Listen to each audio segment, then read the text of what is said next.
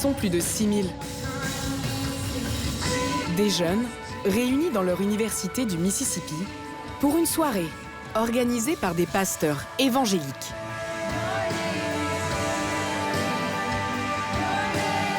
Prières, pop musique à la gloire de Jésus et discours ultra-moralistes de JP, un jeune pasteur star des réseaux sociaux. L'ennemi, Satan, vous rend esclave au sexe. Quand ce n'est pas par les actes, c'est par la pornographie. Ou alors c'est par la masturbation. Et si ce n'est pas ça, c'est quand vous êtes désespérément obsédé par le sexe opposé. La volonté de Dieu, c'est d'éviter l'immoralité sexuelle. La génération Trump. Des jeunes biberonnés au discours traditionnaliste. Emily a 21 ans. Elle est étudiante en sciences politiques.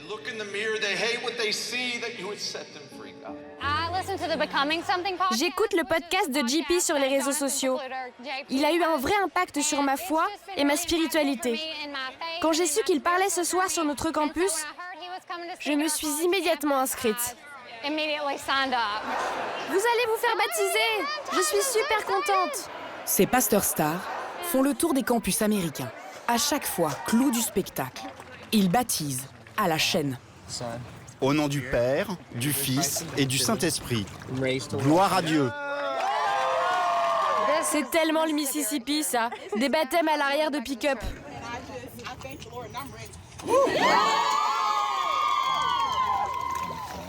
Une fidèle de plus, c'est potentiellement une électrice de plus pour Donald Trump. Ce sont des larmes de joie. Emily et ses amis font partie d'une communauté de 90 millions de personnes aux États-Unis, les protestants évangéliques. À quelques jours de l'élection présidentielle, leur foi va guider leur vote.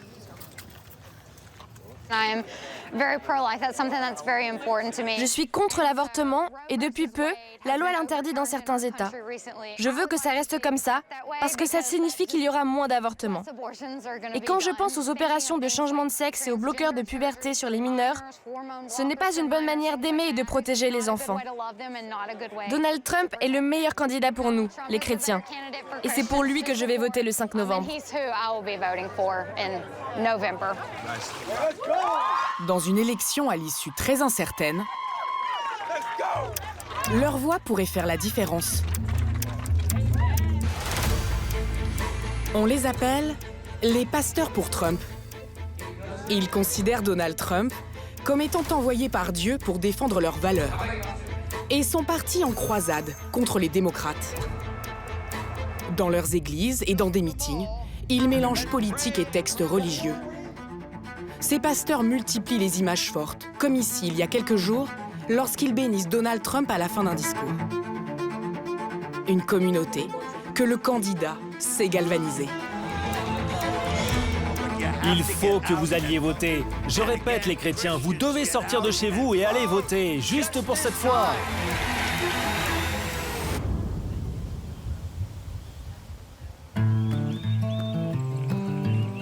Le plus médiatique et le plus influent de ces pasteurs vit dans le Tennessee.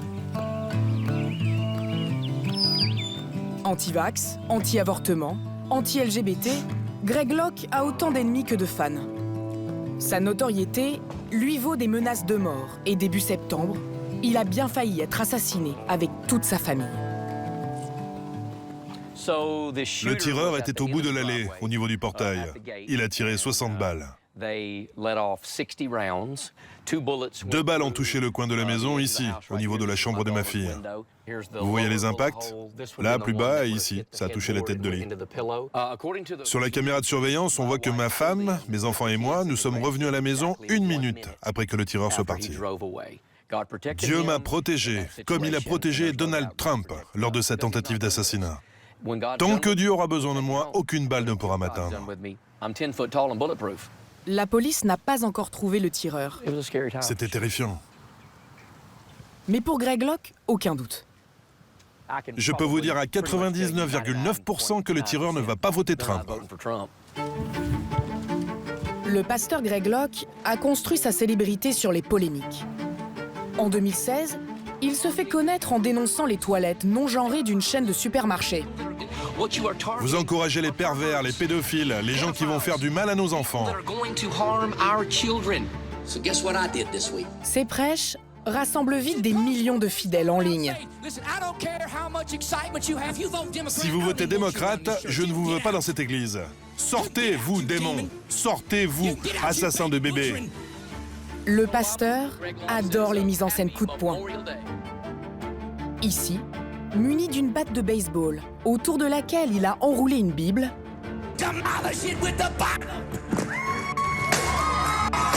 il se déchaîne sur une maison de poupées, symbole pour lui de la maison des addictions. Jetez-les tous! Jetez-les tous! Là, il brûle des livres d'Harry Potter, accusé de répandre la sorcellerie.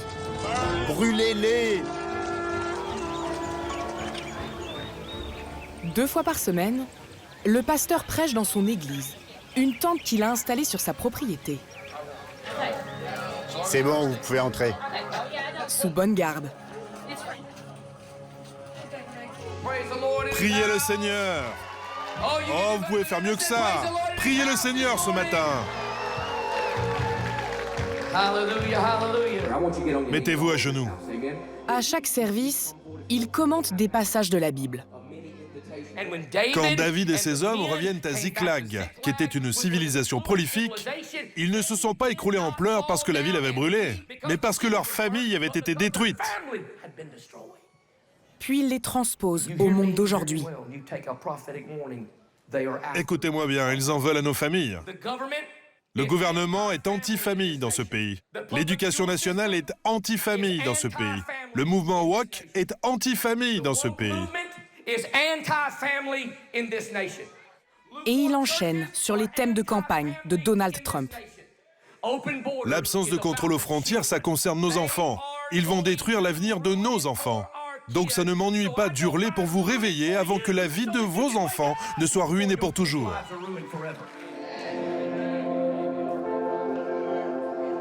Ce cocktail politico-religieux plaît à ses fidèles. Sam vient avec ses enfants toutes les semaines. Quand il prêche, ça me donne envie de me plonger dans ma Bible pour entendre ce que le Seigneur a à me dire. Et quand je fais ça, le Saint-Esprit me parle de l'importance d'aller voter. Le pasteur Locke a dit « Vous ne pouvez pas être un chrétien et voter démocrate ». Et je suis totalement d'accord. Aux États-Unis, les églises évangéliques sont exemptées d'impôts. Mais elles perdent cet avantage si leur pasteur s'engage politiquement, comme Greg Locke. C'est totalement la responsabilité d'un pasteur de faire ça. Si je dois m'occuper de votre âme, il faut aussi que je m'occupe de votre vote. Vous ne pensez pas? Il faut voter pour le candidat qui est le plus en accord avec nos convictions bibliques. C'est mon devoir, sans aucun doute. C'est Donald Trump le meilleur candidat pour ça. Pour diffuser sa parole et ses idées dans tous les États-Unis, le pasteur Locke a monté un empire de communication. Salut! Comment ça va? Qui lui rapporte plusieurs millions de dollars par an. Nous avons pris plein de photos dimanche dernier. Et j'aimerais savoir quel texte on ajoute. Est-ce que tu veux un message inspirant, biblique, direct? Quels sont les thèmes que tu veux? Direct. Vu le contexte actuel, c'est mieux que ce soit direct. Livres, films et musique. Mais surtout une présence incontournable sur les réseaux sociaux, où il cumule plus de 2 500 000 abonnés. Fais attention que le blanc de ma chemise ne cache pas le blanc du texte. Ah, d'accord. Je veux qu'il se voit vraiment bien. Une photo entraîne 100 fois plus de réactions qu'une vidéo. Les gens sont naturellement fainéants. Ils ne vont pas forcément cliquer sur une vidéo de 5 minutes, mais une image, ils vont la voir en une demi-seconde. De toute façon, ce qui fonctionne le mieux, c'est que ma tête soit dessus. Mais pour soutenir Donald Trump, c'est sur X que Greg Locke se montre le plus virulent. Voici ma dernière publication.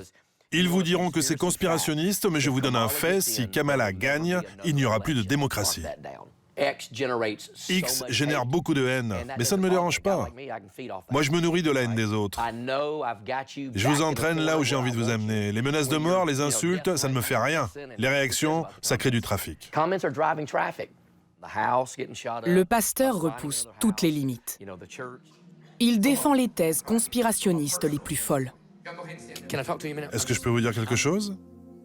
Cette semaine-là, un ouragan a provoqué la mort de plusieurs centaines de personnes aux États-Unis. Greg Locke va insinuer que le gouvernement a manipulé sa trajectoire. Aucun État démocrate n'a été inondé. Ça, c'est bien vrai.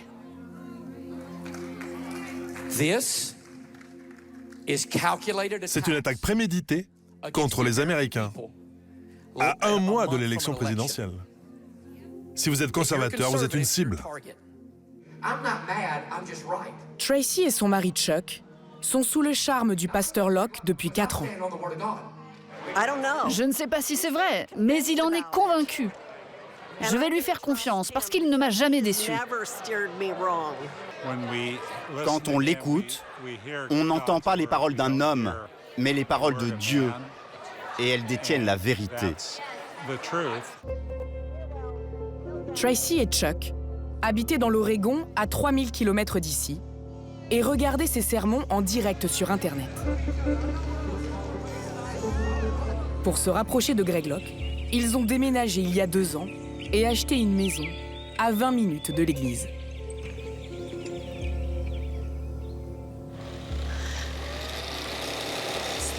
C'est le son qu'on aime entendre le matin. Depuis qu'ils se sont installés dans le Tennessee, Tracy, 71 ans, est à la retraite, et Chuck, 72 ans, expert immobilier. Où en étions-nous? Comme le demande le pasteur, ils étudient la Bible dès 6 heures du matin pendant 2 heures. Quel a été le plus gros échec de Saul? Ils sont même allés jusqu'à se passer d'un de leurs loisirs préférés. Nous avons décidé de ne plus regarder de foot à la télé. Le football, c'est de l'idolâtrie. Donc nous ne passons plus notre dimanche après-midi à en regarder. Et pour eux, Donald Trump est le sauveur des États-Unis. Quand Trump va devenir président, il va respecter notre Constitution. Le port d'armes sera protégé, nos droits seront garantis, la liberté d'expression et la liberté de religion seront respectées. Mais c'est déjà le cas, non? Vous avez la liberté de religion aux États-Unis. Oui et non. On sent que le gouvernement opprime nos libertés. C'est-à-dire? Parce qu'aujourd'hui, on ne peut pas dire ce que l'on pense sur les transgenres, sur l'avortement. Sur le mariage gay, Nous sommes diabolisés pour nos croyances. Étude systématique de la Bible, suppression de certains plaisirs, les premiers pas vers un fondamentalisme chrétien. Certains pasteurs projettent même de transformer les États-Unis en un État religieux gouverné par les lois de la Bible. On les surnomme les chrétiens nationalistes. Pour rencontrer l'une de leurs têtes pensantes, direction la Pennsylvanie, au nord-est des États-Unis. Un des États les plus disputés entre Donald Trump et Kamala Harris. Ce soir, le pasteur Lance Wallnau donne une conférence. Je suis déjà venu vous voir. Ah, en Floride? Non, dans l'Ohio.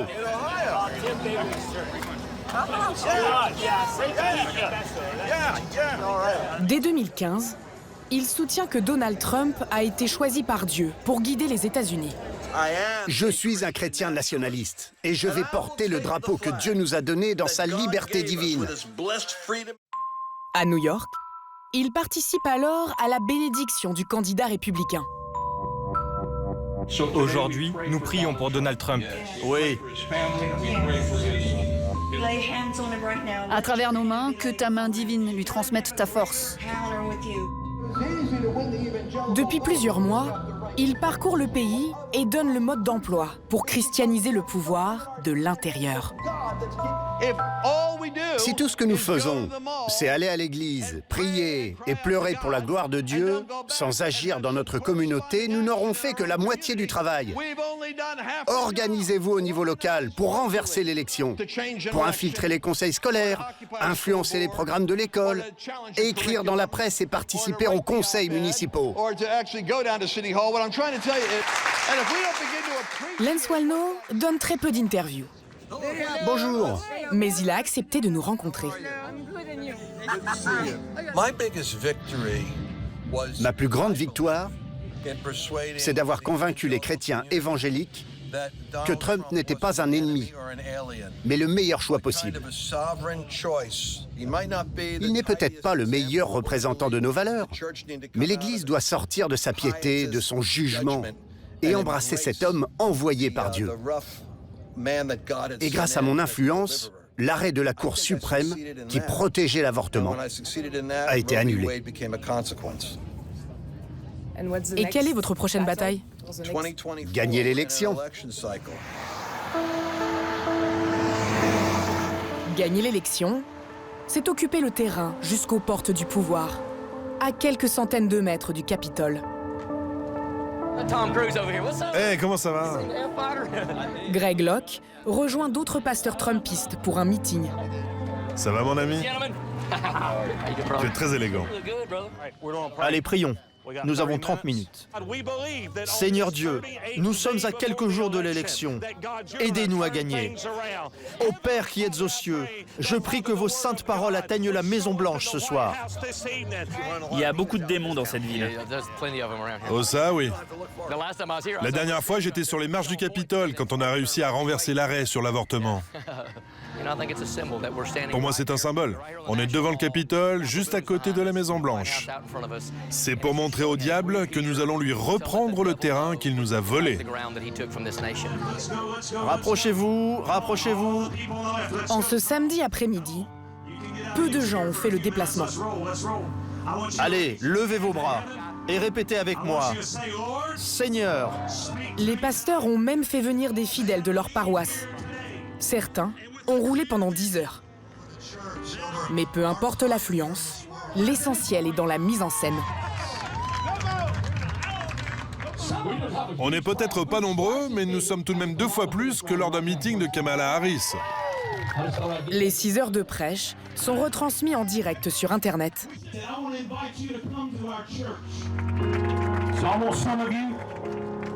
Levez vos mains et tournez-vous vers le Capitole. Expulsez les esprits démoniaques qui ont pris les politiciens en otage et les ont soumis à la volonté du démon, loin de la parole de Dieu. Je vous le dis, le seul candidat qui convient pour la Maison-Blanche, c'est Donald Trump. Il faut voter pour Donald Trump. Il y a 35 millions de chrétiens évangéliques qui n'ont pas voté en 2020. Si on arrive à convaincre 10%, ou même 1% de ces chrétiens qui ne se sont pas déplacés il y a 4 ans, ça changera toute l'élection. C'est mathématique. 21h, photos de famille, le Capitole comme décor. Sur les réseaux sociaux, les Américains ne verront pas qu'il y a moins d'une centaine de personnes.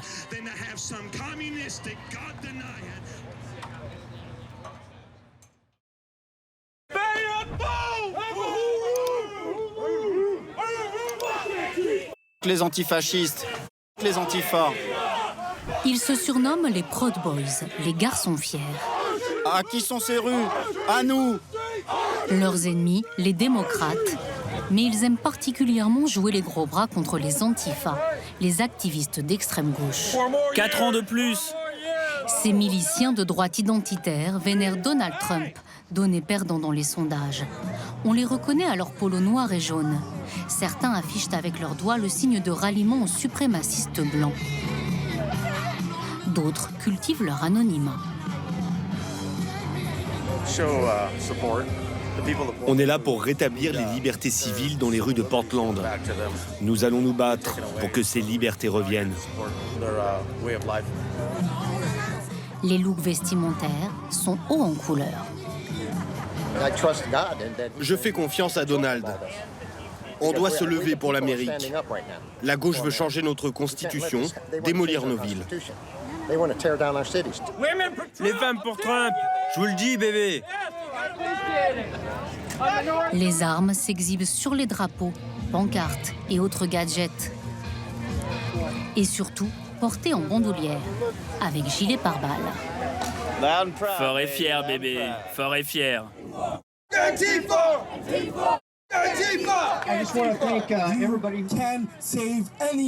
Seigneur Dieu, aidez-nous à sauver les antifascistes. Sauvez avec nous les criminels et les âmes perdues. Vous avez ce pouvoir, Seigneur. Amen. Amen.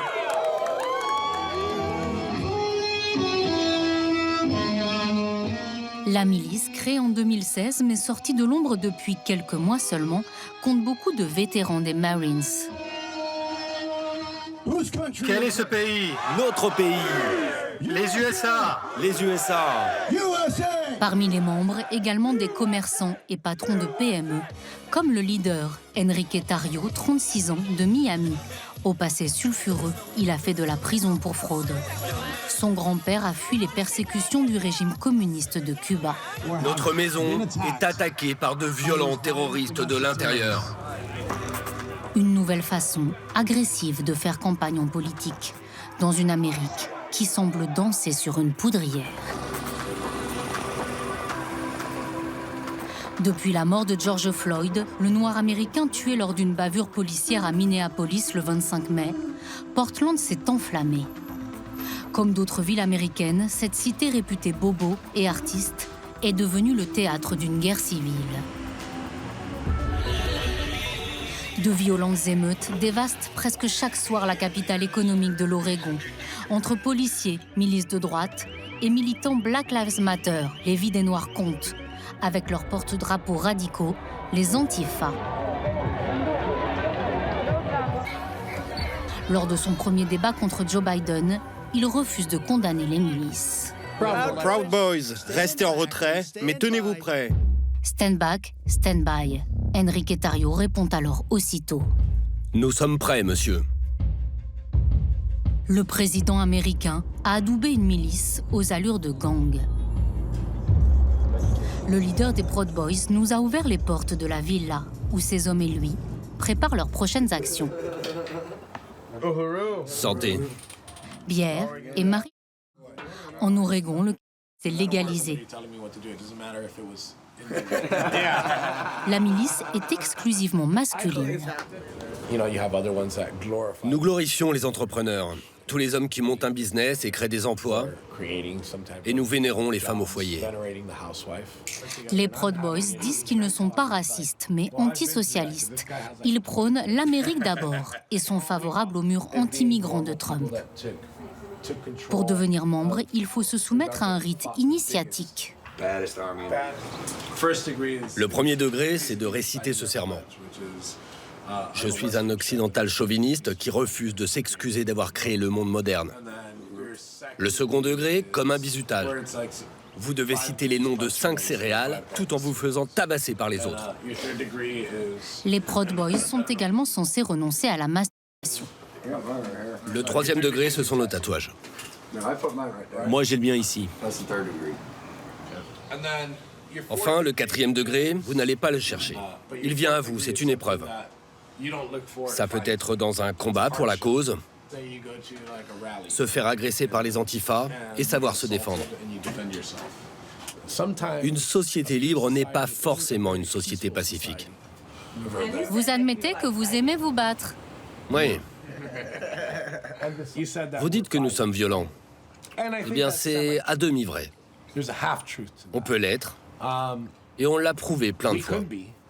Mais c'est de la légitime défense. On ne démarre pas le combat, on le termine. Je vais vous montrer un truc cool. Les Proud Boys assument leur violence contre les Antifa. On s'entraîne contre eux. Je suis prêt. Mais ils assurent officiellement qu'ils respecteront le processus démocratique si Joe Biden est élu. La milice fédérerait 10 000 membres. Et de nombreux sympathisants, dont des mères de famille. Shelly, 48 ans, 3 enfants, est commerçante. Mais sa passion, c'est la photographie. Elle est devenue intime avec les Proud Boys en immortalisant toutes leurs sorties.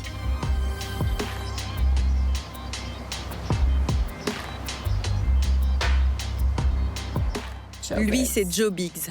Son t-shirt détourne le sigle LGBT. Liberté, flingue, bière et je les aime. Ce ne sont pas des suprémacistes blancs. Ils sont à l'ancienne, c'est tout. Shelly était une républicaine modérée, mais les émeutes ont durci ses positions.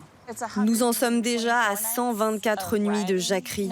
Et ce ne sont pas des manifestations pacifiques. Il y a des manifestants pacifiques, mais ce sont surtout 124 nuits de pillage absolu et d'anarchie. Selon Shelly, seuls les Proud Boys ripostent, là où le maire démocrate de Portland manque de fermeté. Cette petite patronne est à la tête de ce salon de thé boulangerie. Divorcée d'un Américain d'origine algérienne, c'est sans enthousiasme qu'il y a 4 ans, elle avait voté pour Donald Trump. Je n'étais pas du tout excitée par Donald Trump, par sa personnalité. Je n'aime pas la télé-réalité. Mais j'ai changé d'opinion. Je vais revoter pour lui avec joie. J'ai presque peur de dire cela. Ça ne devrait pas, mais c'est mal vu d'afficher qu'on l'aime. Même si je ne suis pas fan de ses tweets. Ça, il devrait arrêter. Shelly est surtout séduite par le bilan économique de Trump. 6 millions d'emplois créés, baisse des impôts, recul du chômage à 3,5%, mais c'était avant le Covid. Des électeurs au départ modérés qui soutiennent désormais des milices armées et des personnalités politiques pro-Trump qui se radicalisent, jusqu'à verser dans un conspirationnisme farfelu. Joe Ray Perkins, 64 ans, est fan de corvettes jaune canari. Bonjour, comment ça va? Mais cette commerçante en bijoux sur Internet est surtout la candidate du camp républicain au Sénat. Malgré la virulence de la pandémie de Covid aux États-Unis, elle refuse, comme son mentor, de porter un masque dans les lieux publics. Le masque est une forme de marxisme. Tous ces trucs de distanciation sociale, c'est un moyen de nous enlever notre République et de faire de l'Amérique un pays marxiste.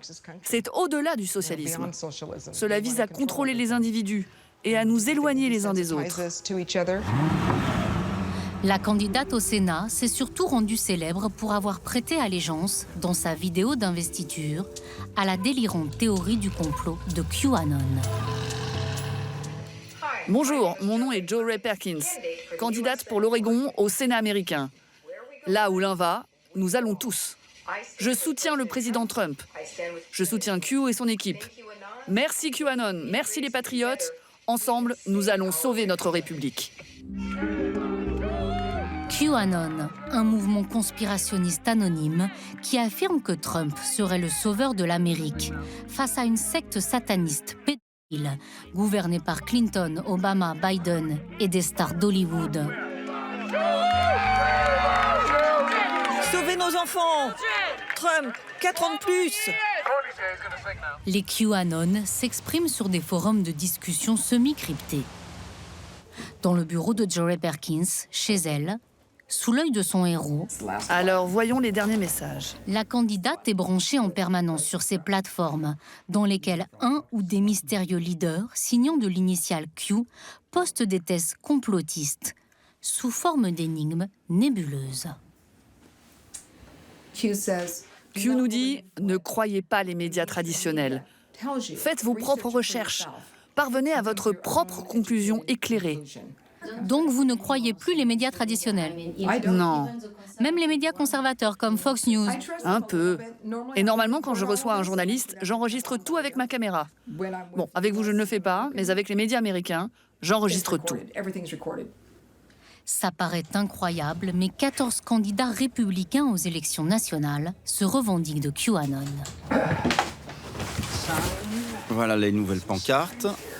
Départ en meeting en zone rurale. Jory Perkins a 2 enfants, 14 petits-enfants et un mari dévoué. J'ai un métier à plein temps, donc je ne vois ma femme que le week-end. C'est elle qui mène la danse. Moi, je suis juste le suiveur. Depuis 1988, l'Oregon vote démocrate. Mais la candidate républicaine croit à un basculement. Les rassemblements de plus de 100 personnes sont interdits pour raisons sanitaires. Jory Perkins fait donc campagne devant des assemblées clairsemées, mais gonflées à bloc.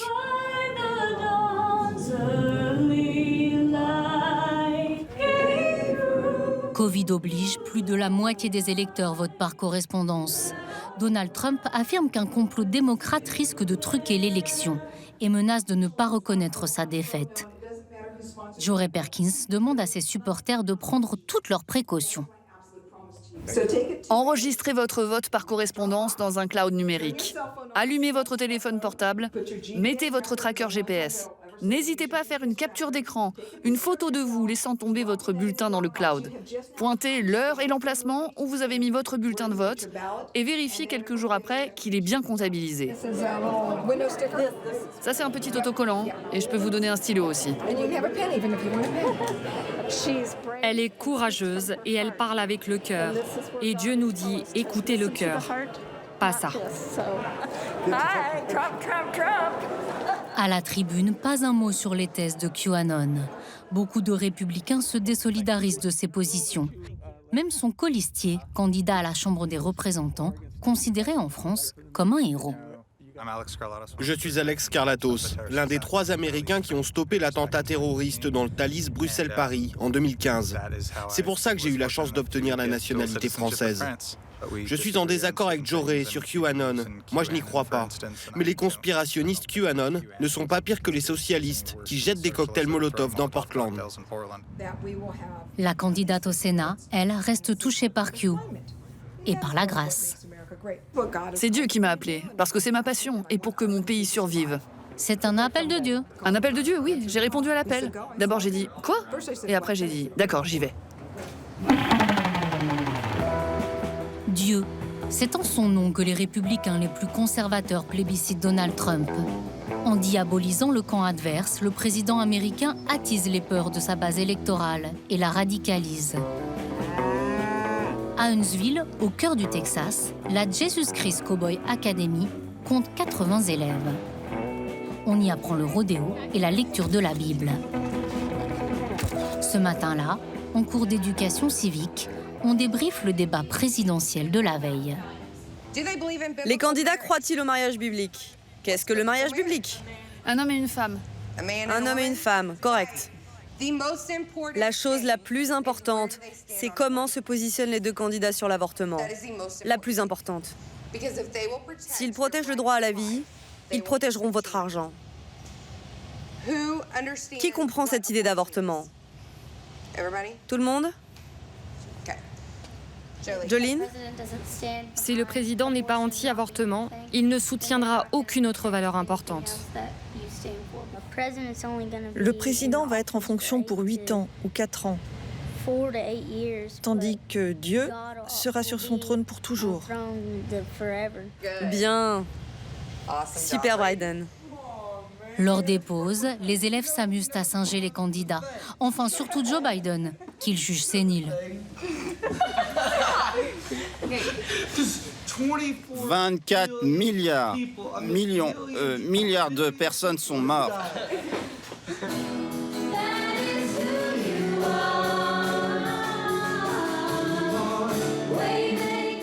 Chaque cours se termine par une messe. C'est Amy, la directrice, qui prêche. Jésus, viens en nous, nous donner la vie et la lumière dans ce monde. Elle ferme les yeux sur les mœurs pas toujours bibliques de Trump, tant qu'il soutient la liberté d'école religieuse à la maison.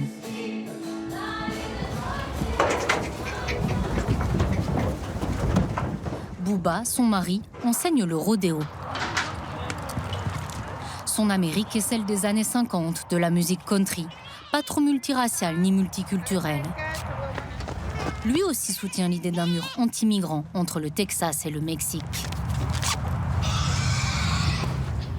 Booba veut moins de réglementation, en tout, et surtout la protection du deuxième amendement de la Constitution américaine, le droit de porter une arme. Partout où je vais, je porte sur moi, caché, ce petit pistolet 9 mm. Là, il n'est pas chargé, hein. Mais j'ai de quoi le charger à tout moment, pour me protéger et protéger ma famille. Des armes, le cow-boy en possède toute une collection, une cinquantaine, pour une valeur de 100 000 €. Joe Biden, lui, a inscrit dans son programme le contrôle des antécédents des acheteurs d'armes à feu et leur interdiction dans les rues. Tireur, la cible est chaude, soyez prêts.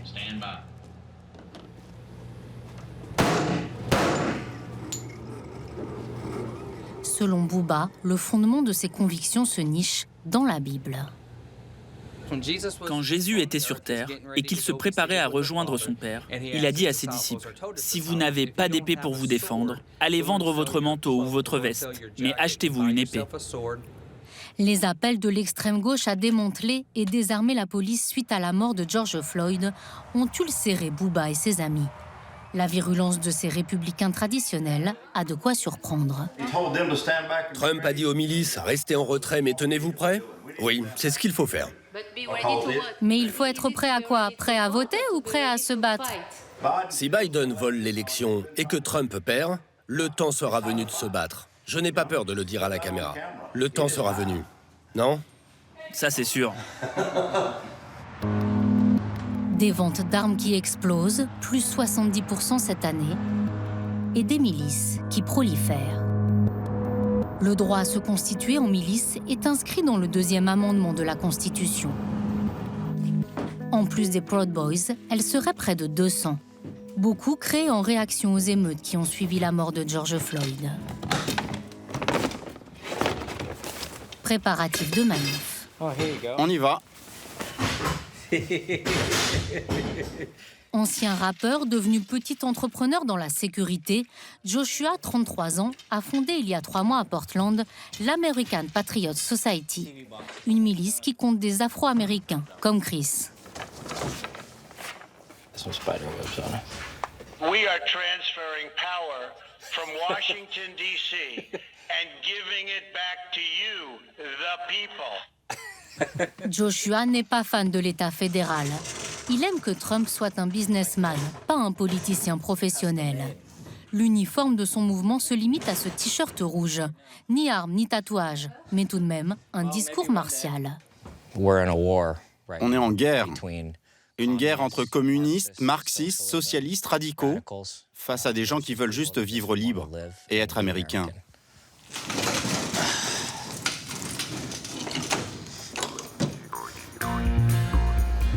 La manifestation, organisée par Joshua, a lieu devant le Capitole de Salem, capitale administrative de l'Oregon. Joshua, venu avec son petit garçon, se dit proche de l'alt-right, la droite alternative. Un alliage hétéroclite de Trumpistes, militants pro-armes, anti-avortement et communautés religieuses autarciques.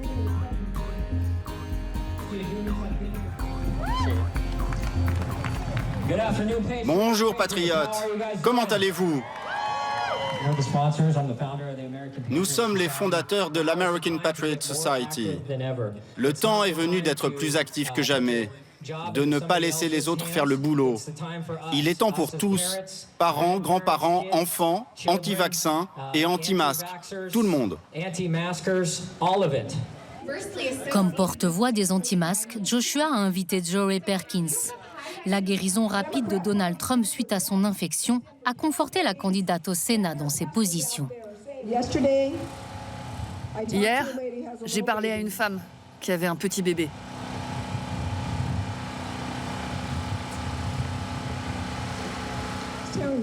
Ça m'a bouleversée. Son bébé ne sourit pas. Parce que son bébé ne peut pas voir les visages des gens. Que font ces gens à nos enfants, à nos petits-enfants? Le bébé a un regard vide, car il ne peut plus voir le visage des gens. Je ne plaisante pas. Je lui ai dit « Hey bébé !» Et rien. Pas d'émotion. C'est du marxisme. Des Black Lives Matter font irruption. Dialogue tendu entre ces militants de gauche et les jeunes pro-Trump, surarmés. Je viens ici avec ma pancarte et mon téléphone. C'est avec ça que nous nous battons. Et mon premier amendement, la liberté d'expression. Et c'est de ça dont vous avez peur et qui vous fait sortir dans la rue avec des flingues. Avec des flingues? Et vous me dites que c'est ça une Amérique juste? Tu sais qui a créé le Ku Klux Klan? Le Parti démocrate. Donald Trump, comme ses soutiens, aime rappeler qu'à sa création, le Parti démocrate était esclavagiste. Le président affirme aussi avoir œuvré en faveur de l'emploi des Noirs américains. Le président Trump a fait des choses pour les minorités, les communautés, et beaucoup de gens ne le reconnaissent pas. Il a quadruplé le budget des aides sociales. Parce que vous savez qui est le plus touché par le sida, par exemple? Les communautés noires, hispaniques et les homosexuels. Ces pro-Trump mêlent faits historiques ou statistiques parfois justes et affabulations racistes. L'adhésion au mouvement de Joshua est libre. Il affirme fédérer 350 sympathisants et il a l'intention de mobiliser pour Donald Trump jusqu'au dernier moment. Salut maman. Salut Joshua, comment tu vas? Il a échoué à convaincre son frère qui vote démocrate, mais il a réussi à faire de sa mère, au départ indécise, une fervente trumpiste, alors que beaucoup de femmes de banlieue se sont détournées du président en raison de ses outrances sexistes. Je ne suis pas d'accord avec tout ce qu'il dit, non. Je trouve ses paroles un peu grossières, parfois pas du tout correctes. Mais je sais que ça peut arriver. Et je sais que les hommes font ce genre de choses, qu'ils pensent à ces choses. Je sais comment les hommes peuvent être. La mère de Joshua épouse même désormais les thèses complotistes de QAnon. S'il est élu, Joe Biden ne va pas gouverner. Je pense que c'est juste une marionnette. Il y a d'autres acteurs derrière lui qui tirent les ficelles. Mais qui sont ces autres acteurs? Ces autres personnes? Hillary Clinton. Obama. Ce qu'on appelle le Deep State, l'État profond. Ceux qui gouvernent derrière la scène. Je pense que Joe Biden est 100% pédophile. Il y a des vidéos très moches qui circulent sur lui, faisant des câlins à des petits-enfants, chuchotant à leurs oreilles, des trucs inappropriés. Les militants pro-Trump conspirationnistes s'échangent en ligne ces montages vidéo qui alimentent leurs théories sur l'état profond.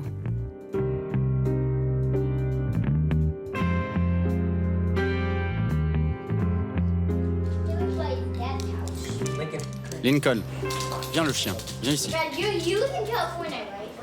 Mobiliser sa famille, mais aussi les électeurs, dans une tribune sur les ondes.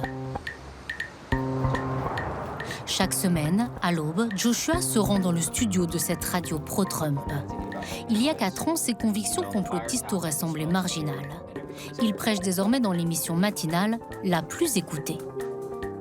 Bonjour tout le monde, bienvenue dans votre émission du mardi. Enfin, nous respirons de l'air pur, fini ces incendies qui nous ont enfumés toutes ces semaines. Aux côtés de Joshua, une élue républicaine locale. J'ai fait durant les incendies les rencontres les plus profondes de ma vie. Ces feux ont touché mon âme. Ça a renforcé mes convictions de croyante. Ils échangent sur les aides à apporter aux victimes des incendies de la côte ouest, mais rien sur l'écologie. Selon eux, les feux sont dus à une mauvaise gestion des forêts par les démocrates, pas au réchauffement. Comme Trump, ils sont climato-sceptiques. Je pense que toutes les décisions relatives au concept de changement climatique sont une farce. C'est pour ça que Trump a sorti l'Amérique de l'accord de Paris sur le climat. Tous ces accords internationaux sont fumeux. Ça ne serait pas plus intéressant de débattre avec des gens qui ne sont pas du tout d'accord avec vous? Bien sûr que ce serait intéressant d'avoir ce genre de débat. Mais le contexte politique en Oregon est désormais si haineux qu'il est devenu impossible d'avoir une conversation transparente et constructive. Ce sont les démocrates qui refusent. Un fossé devenu béant entre deux Amériques, aux opinions qui semblent irréconciliables. Ce soir-là, dans ce bar, se tient une cérémonie en hommage aux martyrs trumpistes de Portland. Aaron J. Danielson, sympathisant des Patriot Prayers, une milice de droite, abattu à bout portant par un antifa de gauche le 29 août lors d'une émeute de rue. Désirée était sa fiancée. Vous lui aviez dit de faire attention s'il allait dans cette manif en ville? Oui, comment vous le savez? C'est exactement ça. Il m'a dit qu'il voulait à tout prix filmer cette manifestation. Et ce furent ses derniers mots. Les proches de Jay Danielson, de tous bords politiques, décrivent un mec bien, pas raciste, mais récemment radicalisé à droite, depuis les émeutes qui avaient affecté son commerce en centre-ville. Il le dirigeait avec Luke depuis 19 ans. Il n'était pas du tout fan des émeutes actuelles en Amérique. Ce n'était pas un radical. Il était juste pas d'accord. Son meurtrier, responsable de la sécurité des Black Lives Matter de Portland, abattu peu après par la police, a lui aussi été décrit par ses proches comme un mec bien.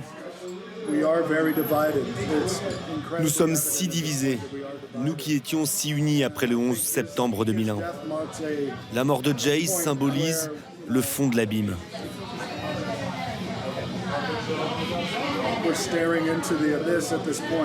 En sommes-nous vraiment au point de nous tirer dessus dans la rue juste pour des divergences politiques? En sommes-nous vraiment là? Je voudrais juste que la mort de cet homme nous fasse prendre du recul et nous dire que nous n'en sommes pas à ce point. On peut encore revenir en arrière. Dans quelques jours, le choix des Américains impactera le monde entier. S'il gagne cette élection présidentielle explosive, Joe Biden a promis de rassembler ses concitoyens, opposés dans les rues comme dans les urnes.